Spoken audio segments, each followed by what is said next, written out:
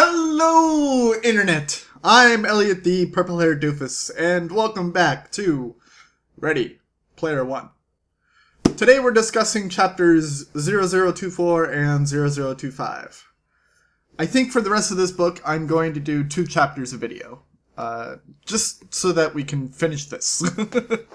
I feel like I've dragged on a little bit too much with this book. The Gunters pretty much overthrow the Sixers on Phobos. Yay! Gunters win! The Sixers decide to take over just 10 independent white houses at the bottom of the planet and leave the other over 500 for the other Gunters. When they do that, they can concentrate on those 10 and getting the numbers up for all of the other Sixers. Wade tries to reach out to Shoto after he sees Daioto's name has been wiped from the scoreboard. And Shoto just kind of goes quiet. Doesn't really talk to him. And it's understandable. He's lost a really close friend in Oasis. A brother, actually, in Oasis. Wade has no one to talk to because Artemis isn't talking to him. Artemis is not replying to any of his messages, and neither is H. Wade also notices when he looks at his inventory that not only does he have the Jade Key, he also has the wrapper that the Jade Key was wrapped in. He's staring at that wrapper, trying to figure out if it's another clue as to where the gate that the Jade Key is supposed to open is. And he's staring at it and staring at it and staring at it. And while he's doing that, an alert pops up from the scoreboard, and Saranto shoots up 200,000 points and has another gate added next to his name. And it feels like all is lost, and it can't get any worse, because now Saranto is at the top of the scoreboard. Soon enough, all of the other Sixers will follow. Wade wants someone to talk to even more. Every time he reaches out to someone, he even attempts to reach out to Artemis, just to hear some kind of voice. No one responds, so he ends up talking to his NPC of Max Headroom. Eventually, Max runs out of replies and starts just repeating himself, and it starts feeling more like he's talking to a computer rather than a person. 3 days later, Saranto actually finds the crystal key. So now he's miles ahead of anyone in this competition. Artemis, Percival, H, and the brothers are all knocked off the top 10 spot by Sixers. This is when Wade starts talking about his dark plan if Saranto wins. How he's just going to take everything in his virtual world and give it to one of his fan club members. Destroy everything in his virtual world. Go to the top of his building and leap off. And I just want to reiterate, suicide is never a good answer. it's never ever the answer. Okay? Let's just put that out there right now. Just, I forget what it's called. Put it on blast right now. Suicide is never ever the answer. While he's sitting in this despair, he actually gets a message from Shoto. Parzival, I have a gift from you. From Daioto's will. Why doesn't he just will himself everything that he owned and come back as a different avatar? Daioto is never returning to the Oasis. What? Why? I'll explain when I get there. We have to meet face to face. And that's pretty much where Chapter 0024 ends. Chapter 0025 is all about Shoto's visit with Parzival. Shoto arrives in Bebop from Cowboy Bebop, and I'm like, I just finished that anime. That's awesome. Shoto arrives and he's all in this black, practically mourning outfit.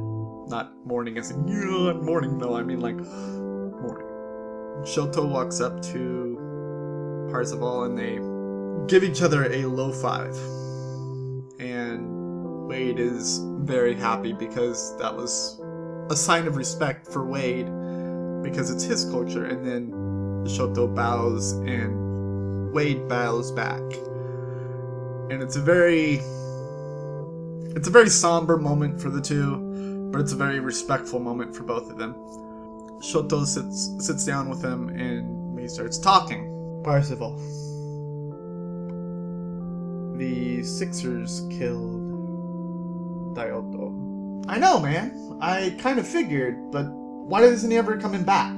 They didn't just kill him in-game.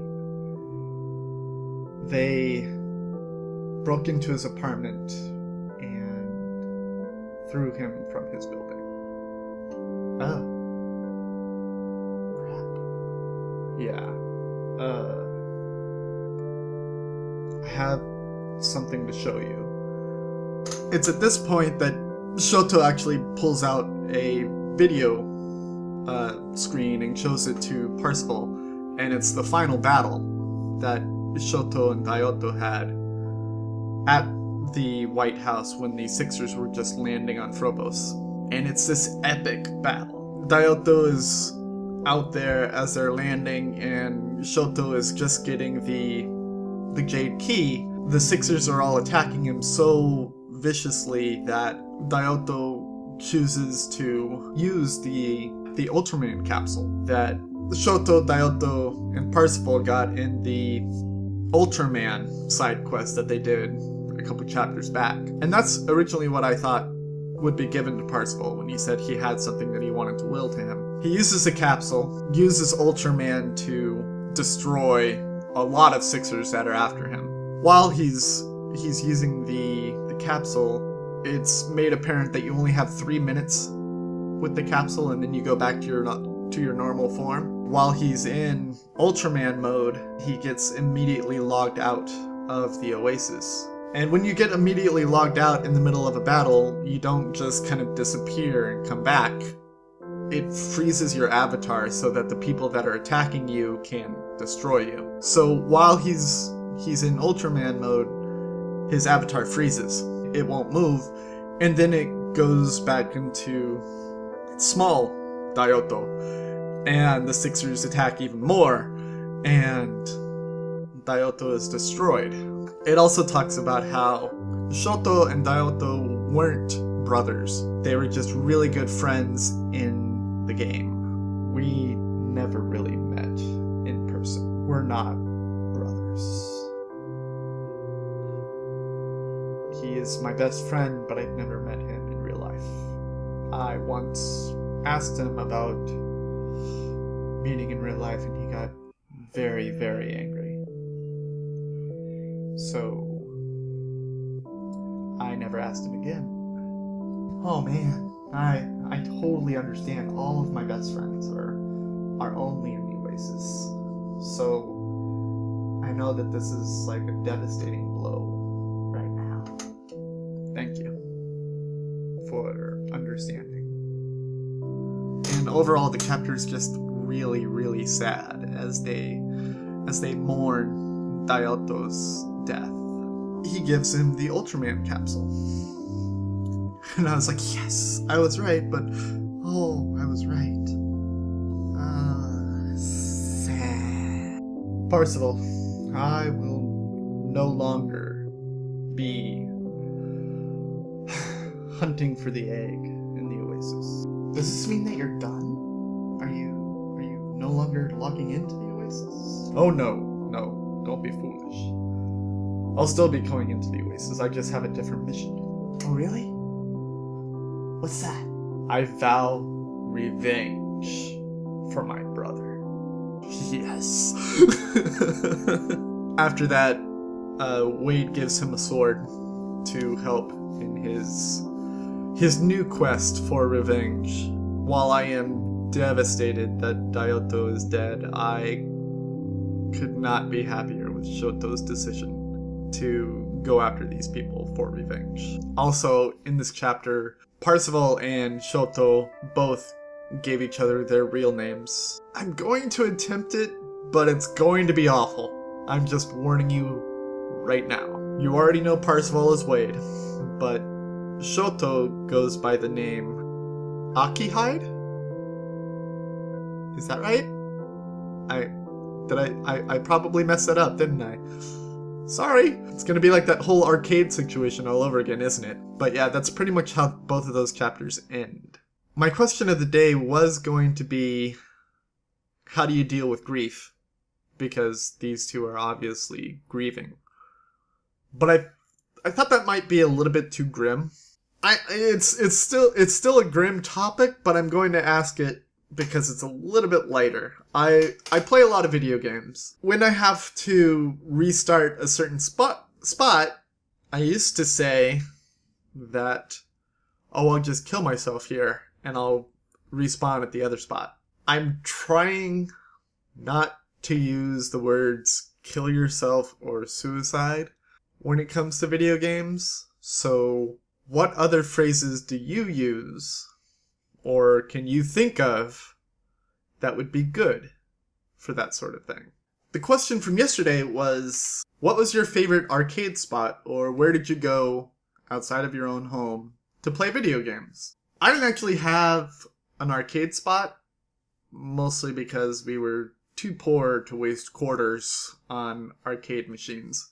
So a lot of my video games when I was a kid was either at my place or my friend's place. We would play video games a lot.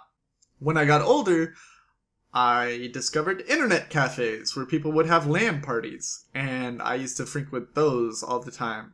I would never actually play video games. I would be watching TV shows at those because I was in Germany at the time. And what do you do when you're in Germany?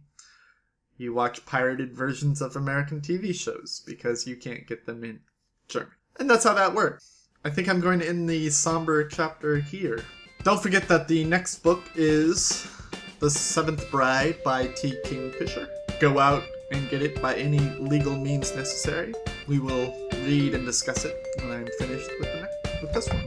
I have been the purple-haired doofus reminding you to watch your pajama radius. And I will see you all in the next chapter of Ready Player One. Toodles!